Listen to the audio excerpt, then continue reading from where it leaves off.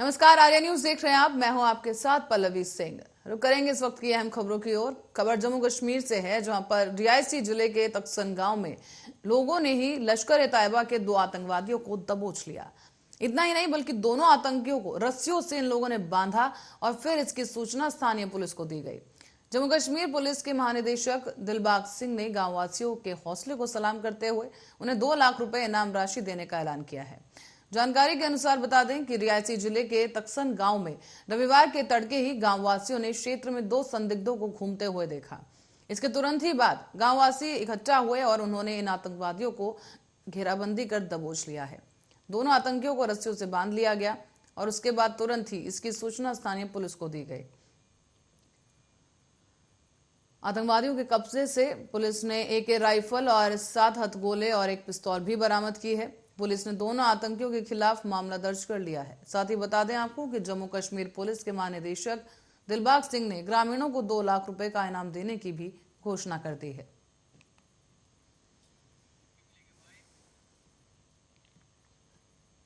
UP के जिला बदायूं के ग्राम रिजौला से खबर सामने आई है, जहां युवक की दबंगई की खबर सामने आई।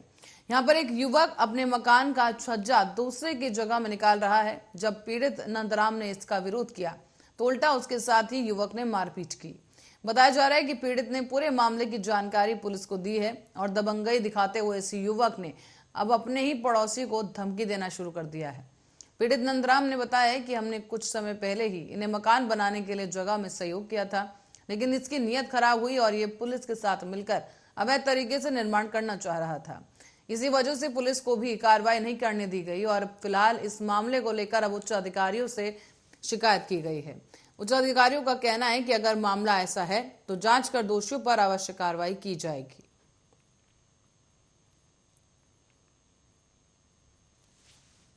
जगह है हमारी। अच्छा, खुद की जगह है? वो खुद की जगह है हमारी। और विद्याराम जोर जबरदस्ती छज्जा डाल रहे हैं। तो मना नहीं किया विद्याराम साहब? मना किया था, वो दोनों हाथों में हमारे लिए कुल्हाड़ी लेने के लिए वो देते, कहती तुझे खत्म कर देंगे हम। अच्छा, फिर उसके बाद? उसके बाद उन्होंने 112 नंबर के लिए फोन किया था। हाँ। पुलिस आई थी, उन्होंने हमारी कोई सुनवाई नहीं की थी। अपने उनके लिए पैसा दिया था, हमारा चालान करवा दिया था उन्होंने। अच्छा, तुम्हारा ही चालान करवा दिया? हमारा ही चालान किया था उन्होंने। अच्छा, फिर उसके बाद आप थाने गए थे? हाँ, थाने गए थे, हमारी कोई सुनवाई नहीं की। अच्छा, क्या लगता है तुम्हें? हमें क्या लगता है, पैसों देके हमारा चालान करवा दिया था। पैसे किससे दिए हैं? कुछ नाम? दरोगा जी को। अच्छा, मुकेश दरोगा जी हैं। हाँ। और हरदोई में प्रशासनिक अधिकारियों की लापरवाही के चलते एक स्कूल की छत भरभराकर नीचे ढह गई। स्कूल के जर्जर भवन की सूचना पहले से ही प्रस्ताव के माध्यम से कई बार स्कूल के जिम्मेदार अधिकारियों को बीएसए कार्यालय में भिजवाई गई थी, लेकिन बावजूद इसके जिम्मेदार अधिकारियों ने इस पूरे मामले में कोई सुध नहीं ली। और इसके बाद अब हरदोई में पहली बारिश के साथ ही ये पोल खुल गई है और सुबह जब स्कूल खुला तो स्कूल की छत भरभराकर नीचे गिर गई। गनीमत ये रही कि उस वक्त वहां कोई और नहीं था, कोई बच्चे वहां पर नहीं थे, लेकिन अगर होते तो एक बड़ा हादसा हो सकता था। बताया जा रहा है कि कई तरह की यहाँ पर जानहानि हो सकती थी, लेकिन क्योंकि उस वक्त वहां कोई मौजूद नहीं था इसलिए किसी तरह की जानहानि नहीं हुई है। हालांकि मौजूदा प्रधानाध्यापक ने बताया है कि कई सालों से ये बिल्डिंग जर्जर हो चुकी है और इसी की वजह से यहाँ पर बच्चों को नहीं बिठाया जाता था, बल्कि काफी दूर बनी एक नई बिल्डिंग में बच्चों को बिठाया जाता था। कई बार इसकी सूचना अफसरों को भी दी गई, लेकिन ना तो इसकी मरम्मत करवाई गई और ना ही इसे कंडम बिल्डिंग को ढहाया गया।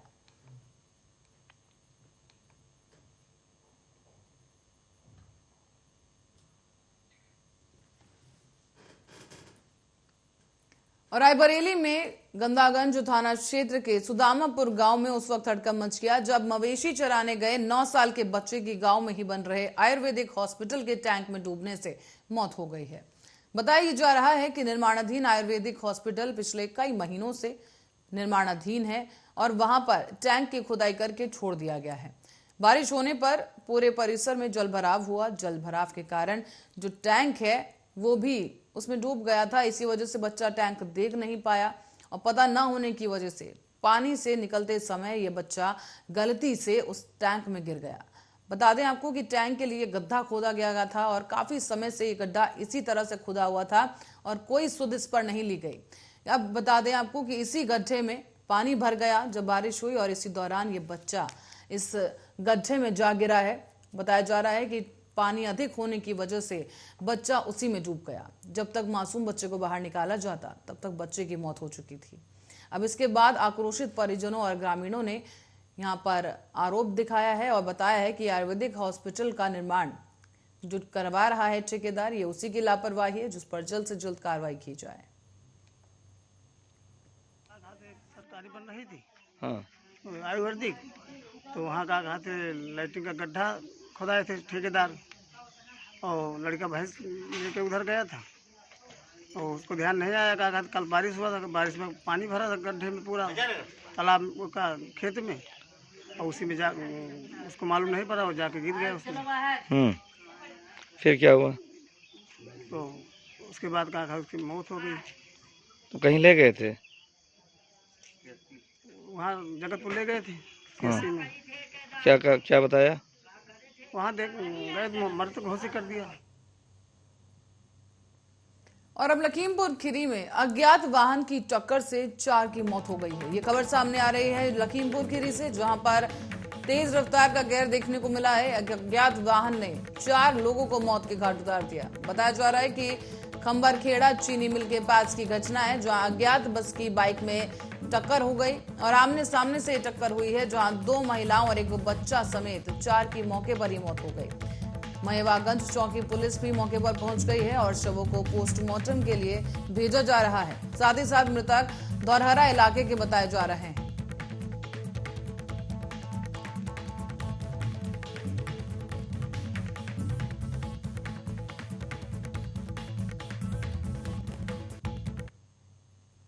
और रायबरेली से खबर सामने आई है, जहां पर उदयपुर में कन्हैया और अमरावती में उमेश की हत्या के बाद अब दिवंगत आत्मा की शांति के लिए रायबरेली में कैंडल मार्च निकाला गया। यहां के लालगंज में हिंदू जागरण मंच के बैनर तले दर्जनों लोग इस कार्यक्रम में शामिल हुए। गांधी चौक पर एकत्रित हुए लोगों ने इस दौरान 2 मिनट का मौन भी रखा। दरअसल हिंदू जागरण मंच ने कैंडल कार्यक्रम के बाद कहा कि कन्हैया और उमेश के हत्यारों को फास्ट ट्रैक कोर्ट में जल्द से जल्द सुनवाई के बाद फांसी की सजा दी जाए।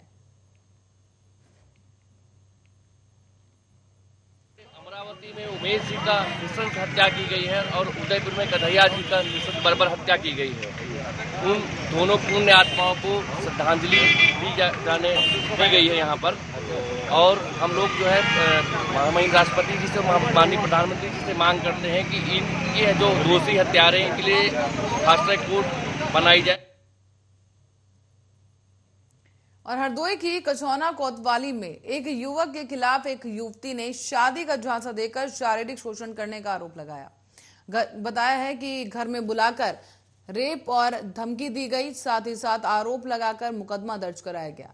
युवती का ये कहना है कि वो 19 साल की है और कॉलेज के दौरान कछौना कोतवाली के मोहल्ला पतसेनी के रहने वाले एक युवक ने उसके साथ जान पहचान बनाई। युवती का यह भी कहना है कि युवक उसके साथ शादी की बात करने लगा और इसके बाद में इनकार कर दिया गया और पूरे मामले में अब पुलिस ने मुकदमा दर्ज कर युवती को मेडिकल के लिए भेज दिया है, जबकि आरोपी युवक को गिरफ्तार कर लिया गया है। पर एक पीड़िता ने थाना प्रभारी को ये सूचना दी कि उसके साथ एक लड़के ने गलत काम किया है। पहले उसने शादी का झांसा दिया था और अब शादी करने से मना गया है। इस दौरान वो लगातार पिछले 1 वर्ष से उसके साथ गलत काम करता रहा है। इस सूचना पे तत्काल FIR दर्ज की गई है। पीड़िता को मेडिकल कराने के लिए भेजा गया है। अभियुक्त को गिरफ्तार करके जेल भेजा जा रहा है और इसमें और विधिक कार्रवाई की जाए। बढ़ते अगली खबर की ओर। रायबरेली में आवारा जानवरों को बचाने के चक्कर में सवारियों से भरा एक टेम्पो पलट गया है। अचानक से टेम्पो पलटने से सवारियों में चीख पुकार मच गई और इस दौरान हादसे में मासूम बच्चों समेत 9 लोग घायल हो गए हैं। घायलों को तत्काल ही एम्बुलेंस की मदद से बशराबाद सामुदायिक स्वास्थ्य केंद्र पहुंचाया गया और महाराजगंज थाना क्षेत्र के सलेधो गांव के पास की ये घटना बताई जा रही है।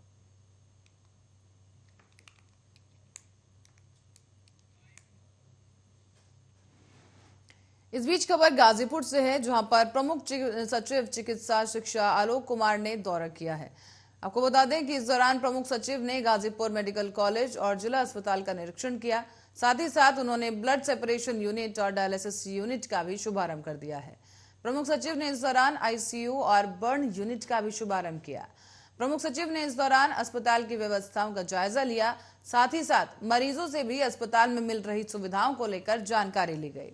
इस मौके पर उन्होंने कहा है कि गाजीपुर में मेडिकल कॉलेज शुरू होने के बाद से लगातार चिकित्सीय सुविधाओं में बढ़ोतरी हो रही है। बैंक में ब्लड कंपोनेंट सेपरेशन यूनिट आज चालू किया। डायलिसिस की सुविधाएं नहीं थी, डायलिसिस का एक 6 बेड का वार्ड चालू किया। बर्न यूनिट चालू किया। उसके बाद एक 10 बेडेड आईसीयू भी बनाया है, सो दैट इमरजेंसी और ट्रॉमा केसेस को हम लोग हैंडल कर सकें, स्टेबलाइज कर सकें। तो कुल मिला जुला के काफ़ी चेंजेस आए हैं मेडिकल कॉलेज बनने के। और अब रुक करेंगे मथुरा का, जहां पर पूर्व कॉलोनी में एक पीड़ित परिवार शनिवार को एक बार फिर से वरिष्ठ पुलिस अधीक्षक कार्यालय पहुंचा। यहां उन्होंने अपने लापता हुए बच्चे का पता लगाने के लिए एक प्रार्थना पत्र वरिष्ठ पुलिस अधीक्षक को सौंपकर इस पूरे मामले में क्राइम ब्रांच से जांच कराए जाने की मांग उठाई है। दरअसल बीते दिनों ही पूर्व कॉलोनी के रहने वाले पड़ोसियों से पीड़ित परिवार का विवाद हुआ था, जिसके बाद नामजद व्यक्तियों ने पीड़ित को धमकी दी और जिससे कुछ ही दिन बाद पीड़ित का बेटा लापता हो गया। इसके बाद से पीड़ित ने अब थाना हाईवे में नामजद लोगों के खिलाफ एक शिकायत भी दर्ज कराई थी, जिस पर पुलिस ने अपहरण का मुकदमा दर्ज कर जांच शुरू की। लेकिन आज तक ना तो पुलिस लापता हुए बच्चे को बरामद कर सकी है और ना ही आरोपियों के खिलाफ कोई सख्त कार्रवाई की गई। इसी को लेकर अब पीड़ित परिवार लगातार अधिकारियों के चक्कर काट रहा है और अपने बेटे की बरामदगी के लिए गुहार लगा रहा है। हो गया, गली के ले चुके हैं। हम तो गली में तो घर के सामने थे। 3 महीना है, 14 महीना लगा मेरे बच्चा का, वही कोई पता नहीं है। गली के सामने वाले लेगा रमेश अर्जुन प्रेम सिंह, और हम पुलिस वाले ने पकड़ा दे तो पुलिस वाले कुछ नहीं कहते, जो कहते हैं आ रहे हैं चलो, आ रहे हैं चलो। और 3 महीना में कोई बच्चा का पता नहीं है मेरे का। मेरा वही लड़का था बड़ा, क्या कहता है, वही लड़का है मुझ पे एक ही। किस थाने का मामला है? हाईवे थाने, हाईवे थाने है, मंडी चौराहे पे, नरौली थाने। आपके बच्चे का कोई सुराग नहीं लग पाया? कोई सुराग। पूरा मामला का ये लट्ठे गड़े से झगड़ो भयो, झगड़े में यूँ कह दे तो आध घंटा पीछे तुझे पता पड़ जाएगी और तुझे मालूम पाड़ देंगे। आध घंटा पीछे अर्जुन ने मेरा बच्चा उठाया है। अर्जुन, प्रेम सिंह और रमेश, इन्हें 3 ने मेरा बच्चा गोल करा है। इसकी रिपोर्ट नहीं की आपने? आप रिपोर्ट कर दिए, गैस कैसी लिख दिए, हमें डाइट रिपोर्ट चाहिए इनकी, और इन पैसे बच्चा चाहिए मुझे।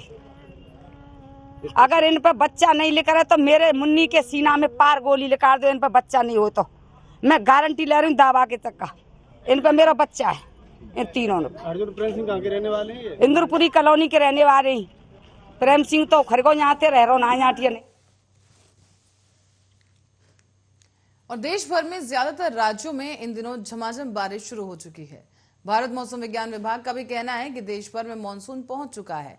साथ ही साथ रविवार को राजधानी दिल्ली, एनसीआर समेत छत्तीसगढ़ और ओडिशा के अलग अलग जगहों पर भारी से बहुत भारी बरसात हो सकती है।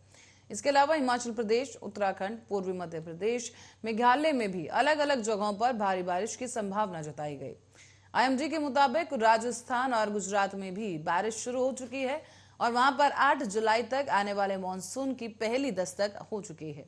गुजरात और राजस्थान में शुक्रवार को ही मौसम की पहली बारिश होने के साथ साथ दक्षिण पश्चिमी मानसून सामान्य तारीख से 6 दिन पहले ही पूरे देश में पहुंच गया था।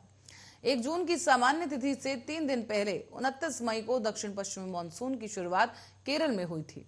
बता दें आपको कि मौसम विभाग ने कहा है कि 8 जुलाई की सामान्य तारीख से 6 दिन पहले ही शनिवार को दक्षिण पश्चिमी मानसून पूरे देश में दस्तक दे चुका है।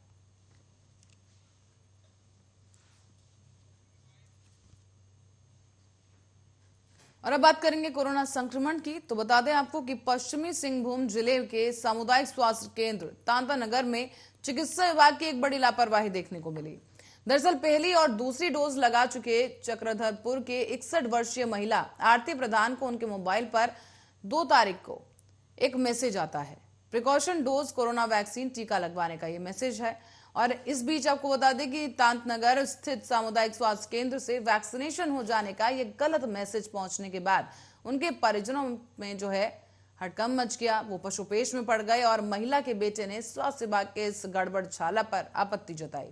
महिला के बेटे सुब्रत सेन प्रधान का आरोप है कि बिना वैक्सीनेशन के ही उनके पास ये मैसेज भेजा गया है और बताया जा रहा है कि बिना वैक्सीनेशन किए स्वास्थ्य विभाग सरकार को गलत आंकड़ा देकर वाहवाही लूट रहा है। स्वास्थ्य विभाग इस गंभीर मामले को संज्ञान में लेकर संलिप्त स्वास्थ्य कर्मियों पर उचित कार्रवाई करना सुनिश्चित करे। बताया गया है कि उनकी माता ने भालूपानी और चक्रधरपुर स्थित अनुमंडल अस्पताल से कोविड-19 का टीका लगवाया है, लेकिन प्रिकॉशन डोज की मैसेज आने के बाद सर्टिफिकेट डाउनलोड किया गया तो सामुदायिक स्वास्थ्य केंद्र तांतनगर से 1 जुलाई को वैक्सीनेट होने का उल्लेख है, जो कि स्वास्थ्य विभाग द्वारा एक बड़ी गड़बड़ी का मामला बनता है।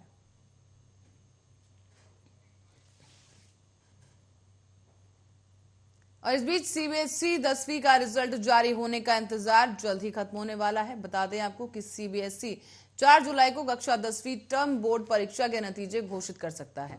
छात्र जो इस साल टर्म 1 और टर्म 2 सीबीएसई बोर्ड परीक्षा में उपस्थित हुए थे, उनके नतीजे बोर्ड की वेबसाइट, जो कि आधिकारिक वेबसाइट है, उस पर जारी किए जाएंगे।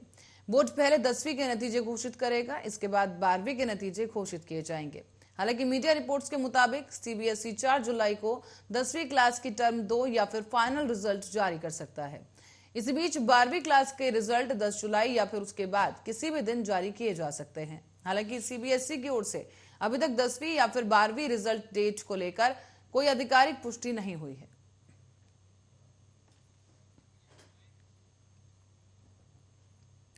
और इसी बीच देश की राजधानी दिल्ली के गांधीनगर इलाके में महिला की गला रेत कर हत्या कर दी गई। महिला का शव मकान की दूसरी मंजिल पर सीढ़ियों में बरामद हुआ है। महिला का शव निर्वस्त्र हालत में था, जिससे रेप की आशंका भी जताई जा रही है। आपको बता दें कि पुलिस ने आला अधिकारियों के साथ मौके पर पहुंचकर छानबीन शुरू की है।